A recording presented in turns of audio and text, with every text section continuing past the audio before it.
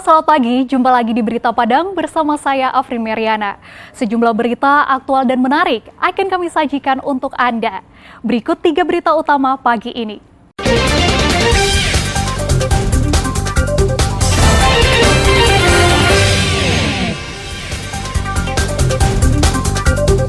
Biaya perawatan di rumah sakit akibat tawuran tidak ditanggung BPJS Kesehatan. Seorang kurir dan seorang pengedar sabu-sabu ditangkap polisi. Seorang kakek memasangkan bendera merah putih di puncak pohon setinggi 80 meter.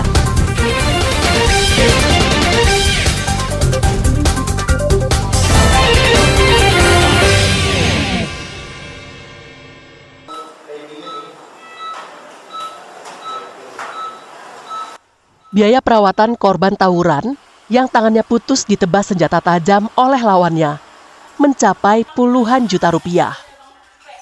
Saat ini, korban yang juga pelaku tawuran itu tengah dirawat di Rumah Sakit Dr. M. Jamil Padang.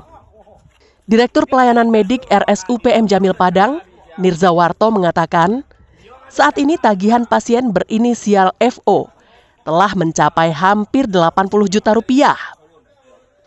Biaya itu digunakan untuk menangani pasien mulai dari ruangan IGD, tindakan operasi, dan berlanjut hingga masa pemulihan.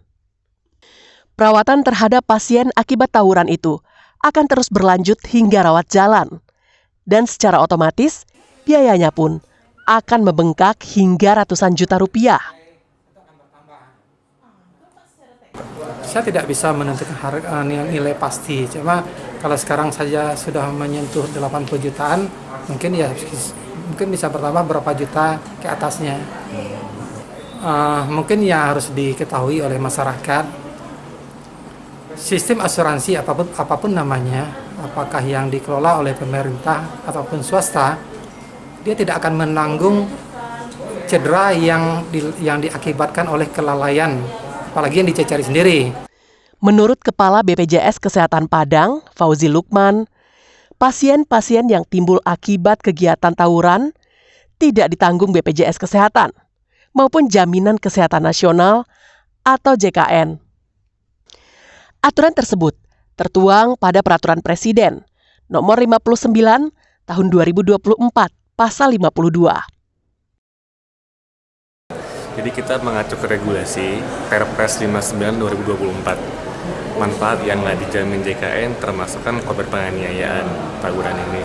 Artinya kalau kita mengacu regulasi yang berlaku dan kami jadikan sebagai pedoman, memang itu di luar coverage JKN, BPJS Kesehatan.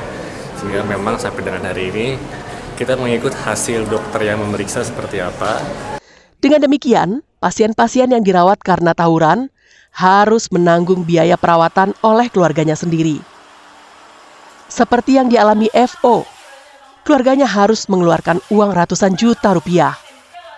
Kalaupun sehat, FO dipastikan akan cacat seumur hidup. Robiha melaporkan dari Padang.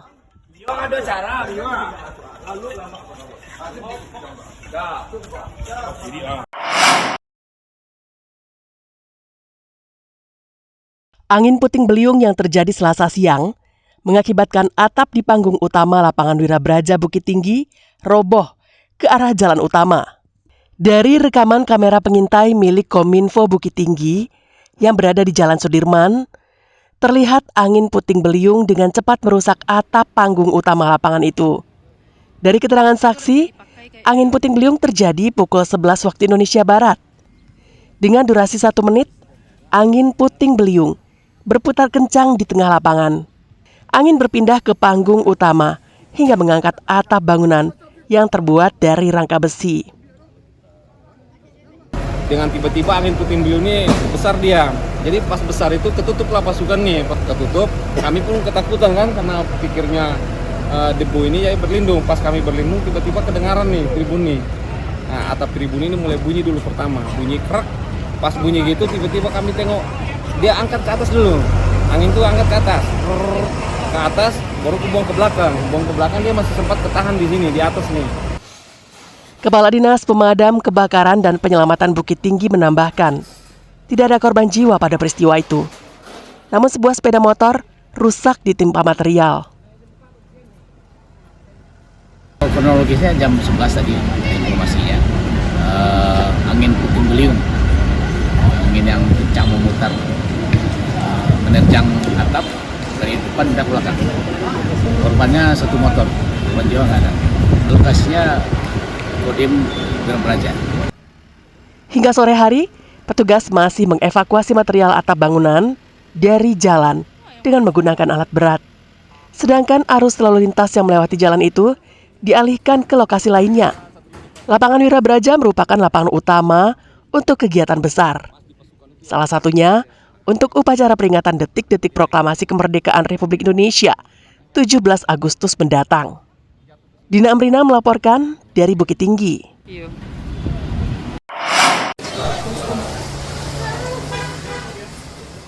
Para pelajar Madrasah Aliyah Negeri 2 Padang diperiksa tas dan telepon genggam mereka satu persatu sebelum masuk ke ruang kelas pada Selasa pagi.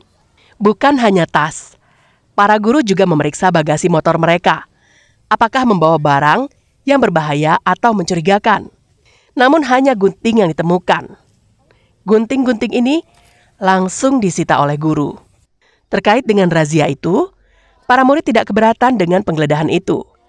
Karena untuk kebaikan sekolah juga. Sebenarnya bagus sih Pak, untuk melatih kedisiplinan siswa dan tidak membawa barang-barang tidak berbahaya pelajaran dan untuk menghindari tawuran. Sejauh ini ada beberapa yang nakal, cuma belum ada yang membawa barang-barang tajam.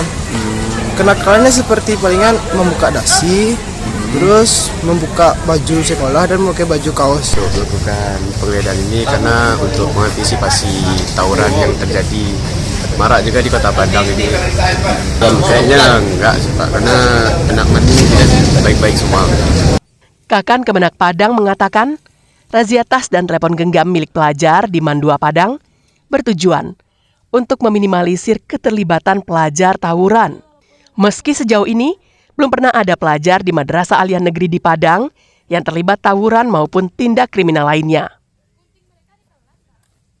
Itu ada di antara membawa gunting, tapi itu dalam rangka ada pembelajaran mereka di kelas. Tapi nanti itu akan kita sampaikan lagi kepada anak-anak. Kalau memang itu terjadi nanti ya kita kembalikan. Sepengetahuan kita dan sepengalaman kita sampai sekarang ini belum ada kita mendengar ada anak madrasah yang terlibat dalam tawuran. Dan itu memang sampai sekarang kita sudah minta laporan ketika rapat sebelumnya kepada seluruh kepala madrasah ya agar terus memonitor dan memberikan informasi. Razia seperti ini akan rutin dilakukan di sekolah-sekolah yang berada di bawah naungan Kementerian Agama untuk menghindari keterlibatan pelajar mereka dalam aksi tawuran. Robiha melaporkan dari Padang.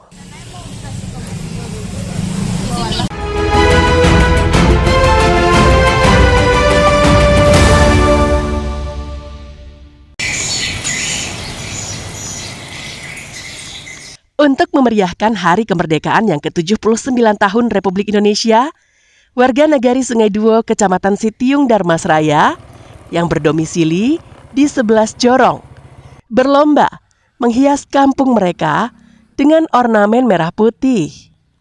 Warga Jorong ini sedang mengikuti lomba Kampung Merdeka yang digelar oleh Kantor Wali Nagari Sungai Duo. Warga sangat antusias dan menghias setiap sudut kampungnya dengan berbagai ornamen, seperti bendera merah putih, umbul-umbul, spanduk, dan pernak-pernik lainnya. Bahkan ada juga yang memasang miniatur meriam di dekat gapura untuk jalan masuk Jorong. Warga yang memiliki usaha papan petunjuk rambu jalan juga membuat rambu-rambu khusus untuk dipasang di dalam kampungnya. Ada juga warga yang sengaja memasang sepeda ontel sebagai ciri khas kampung mereka yang banyak dihuni oleh etnis dari Jawa. Kegiatan cipta kreasi dan keunikan warga ini dilakukan secara swadaya dengan menggunakan dana dari masyarakat sendiri. Tujuannya selain ikut lomba Kampung Merdeka, juga memupuk rasa patriotik cinta tanah air, sekaligus melestarikan semangat juang kepada generasi muda. adanya Kampung Merdeka, kami warga BKN 2 bergotong royong membersihkan kampung, menghias. Ya dengan keadaan seperti inilah kampung kita bersih terus. Mudah-mudahan generasi besok, generasi berikutnya masih punya rasa patriotisme yang sama lah dengan kita. Perlombaan Kampung Merdeka digelar pemerintah Nagari Sungai Duo dengan tujuan utama memupuk rasa cinta tanah air. Selain itu juga untuk memelihara semangat gotong royong dan menjaga lingkungan agar tetap bersih dan nyaman. Kita di Nagari Sungai Duo ini kan multi etnis, jadi sehingga dari warga kita transmigrasi ini mempunyai inovasi-inovasi, jadi sehingga terbentuknya Kampung Merdeka. Di Kampung Merdeka ini ya ditampilkan semua model-model inovasi-inovasi dari jorong masing-masing. Jadi ini adalah tahun yang kedua pelaksanaan lomba Kampung Merdeka setiap jorong dari setelah Covid. Ini ada 11 jorong yang mengikuti kegiatan Kampung Merdeka ini. Ini adalah lomba yang kedua kali dilakukan oleh pemerintah Nagari Sungai Duo. Karena animo masyarakat yang sangat tinggi, kegiatan serupa akan digelar setiap tahun. Eko Pangestu melaporkan dari Darmasraya.